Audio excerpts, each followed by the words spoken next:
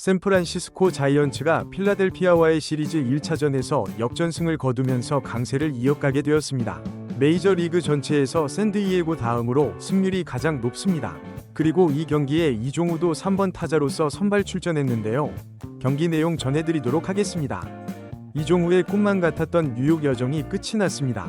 3일 동안 정말 행복했고 깜짝 놀랐죠.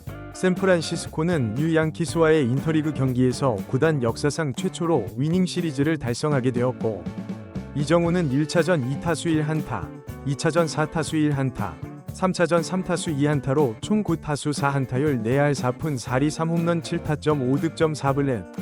두 경기 승리는 이정우가 이끌었다고 해도 과언이 아닌 대활약이었습니다. 이정우는 4월 10경기 동안 타율 3할 7푼 5리를 OPS 1.23이라는 충격적인 수치를 기록 중입니다. 아쉽게도 이정우는 뉴욕 양키스전에서 대활약에도 이주희 선수에 뽑히지 못했습니다. 신신내티와의 경기에서 연속 안타가 끊기고 연속 출루도 끊겼던 게 컸습니다. 시카고 컵스의 콘트레라스가 3할 9푼의 홈런은 이종우와 같고 타점이 3점이 더 많으면서 충분히 인정할 만하죠. 월 시즌 목표는 최소 이주희 선수에 뽑히는 걸로요.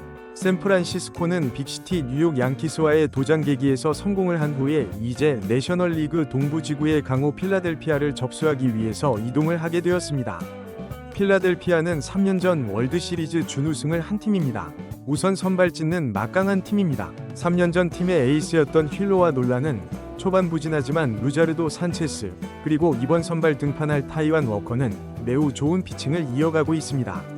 이정우는 이번에도 잘 나가는 투수들을 상대해야 합니다. 필라델피아의 강점은 이 선발 투수진 뿐입니다. 잘 알려진 필라델피아의 핵심 타자들 트레이 터너, 하퍼, 스와보이 선수들은 이름값에 비해서 저조한 성적입니다. 그리고 불펜도 문제가 많고요. 그래서 이제 필라델피아가 다저스를 상대로 위닝 시리즈를 달성할 때만 해도 샌프란시스코가 쉽지 않겠다 했는데, 이후에 애틀란타와 센트루이스에게 모두 1승 2패를 당하면서 최근 성적도 떨어져서 동부지구 2위를 달리고 있습니다. 하지만 분명한 건 필라델피아를 강팀이라고 한다는 거죠. 이번 파워랭킹 발표에서도 샌프란시스코는 2단계 오르면서 6위가 되었는데, 바로 위 5위가 필라델피아입니다. 이정우가 상대할 타이완 워커는 이번 시즌 2경기 출전에서 모두 무실점 피칭으로 평균 자책점이 0입니다. 193cm 장신의 우투수입니다. 강속구 투수는 아니고 싱커가 주무기이고 타자의 타이밍을 뺏는 유형이라고 보면 됩니다. 성적이 굉장히 좋기는 한데 이제 2경기 출전한 거고, 솔직히 이번에도 이정우를 포함한 샌프란시스코 선수들이 왠지 곤란하게 만들지 않을까 예상이 봅니다. 이번 양키스전에서 이정우는 투수들을 정말 애먹게 만들었습니다. 전날 2홈런도 당연히 대단했지만 7회에 해밀턴 투수를 상대했을 때도 정말 압권이었습니다. 우선 결론부터 말씀드리면 볼넷으로 출루를 했었죠. 그런데 그 과정이 투수에게 운 좋게 투스트라이크로 이정우가 불리한 상황이 되었어요. 앞선 타석에선 선발 투수 로던이 변화구로 당했다 보니까 해밀턴은 패스트볼을 선택했습니다. 그런데 이종우에게 점점 말리더니 구종을 바꾸고 아무리 애를 써봐도 이정우가 다 커트를 해버리는 겁니다. 어느새 8개의 공을 던지게 만들었습니다. 이대로 패스트볼을 가운데로 던졌다가는 큰일 날 것 같고 3연타석 홈런이 될까 겁이 날 거 아닙니까? 투수는 9구째 포기하듯이 볼넷으로 내보내는데 개인적으로 진짜 매우 짜릿했습니다. 이정우에게 던질 곳이 없었다는 겁니다. 이렇게 투수들이 이정우를 어렵게 상대할수록 샌프란시스코가 강해질 수 있을 것입니다. 멜빈 감독은 타순 변경을 또 했습니다. 이정우는 쉬게 해줘도 될 법한데 3번 타자로 배치를 시켰고, 순서대로 보면 야스트람스키, 아다메스, 이정우, 체프먼, 라모스, 웨이드 주니어, 플로레스, 베일리, 피츠제럴드였습니다. 샌프란시스코의 선발 투수는 랜더 루비였습니다. 두 번째 경기에서 6이닝 1실점으로 호투를 펼치면서 붙박이 선발 가능성이 높았던 선수죠. 1회 초에 아다메스가 출루하면서 이정우에게 기회가 왔습니다. 양키스전에 너무 큰 활약이고 여기저기 미국 방송에서 이정우에 대한 분석과 극찬 세례가 쏟아졌다 보니까 그냥 기분 상황이 이번에도 한방 나올 것 같았습니다. 그런데 루킹 삼진, 여러분, 결론부터 말씀을 드리겠습니다. 이정우가 이번 경기는 그냥 쉬어가는 경기가 되었습니다. 이럴 거면 그냥 쉬게 하는 게 좋았을 텐데. 이정우는 과거 인터뷰에서 메이저리그 적응의 가장 큰 걸림돌을 투수들의 구속과 구위, 자신의 타격 능력 이런 게 아니었습니다. 팀의 주전으로서 162경기를 소화할 체력이 되느냐가 가장 큰 관건이라고 했습니다. 그래서 잘 먹고 잘 쉬어야 한다는 걸 강조했었습니다. 그걸 알고 있는지 멜빈 감독은 이정우가 타격감이 좋은 상황일 때 갑자기 이틀을 휴식을 준 적이 있습니다. 그게 바로 4월 3일이었습니다. 당시에는 너무 이른 휴식이라서 휴식을 빙자한 교체인 건 아닌지 의심도 했지만 실제는 정말 휴식이 맞았죠. 다른 선수들도 로테이션을 돌리기도 했습니다. 스포츠에서 체력 관리는 정말 가장 중요한 부분이라고 할 수 있죠. 이정우는 10일 연속 출전이었습니다. KBO에서 활약했을 때는 주 6일 경기로 월요일에 고정적으로 휴식을 취했거든요. 그걸 7년 동안 한 거잖아요.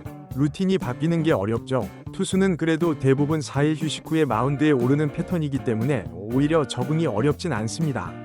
핑계일 수 있지만 이정우가 휴식해야 할 시기에 타석에 5번 선 것도 마찬가지라고 보면 될 것 같습니다.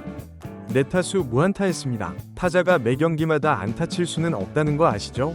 반짝이었다고 판단하지 않았으면 좋겠습니다. 오타니는 벌써 6번째 무안타 경기를 했고요. 배츠도 3번 무안타가 있었습니다. 에런 저지도 3번이 무안타 경기가 있었습니다. 이정우도 이제 3번입니다. 오히려 15번 중에 12번은 경기마다 안타를 쳤습니다. 조금 아쉽기도 하면서 고마운 건 동료들이 다 터졌다는 것입니다. 홈런이 3방이 나오고 이정우와 웨이드 주니어를 제외한 타자들이 12안타를 때리면서 10대4로 대승을 거두게 되었습니다. 전날 이정우가 MVP 인터뷰를 했을 때 했던 말이 생각이 나네요.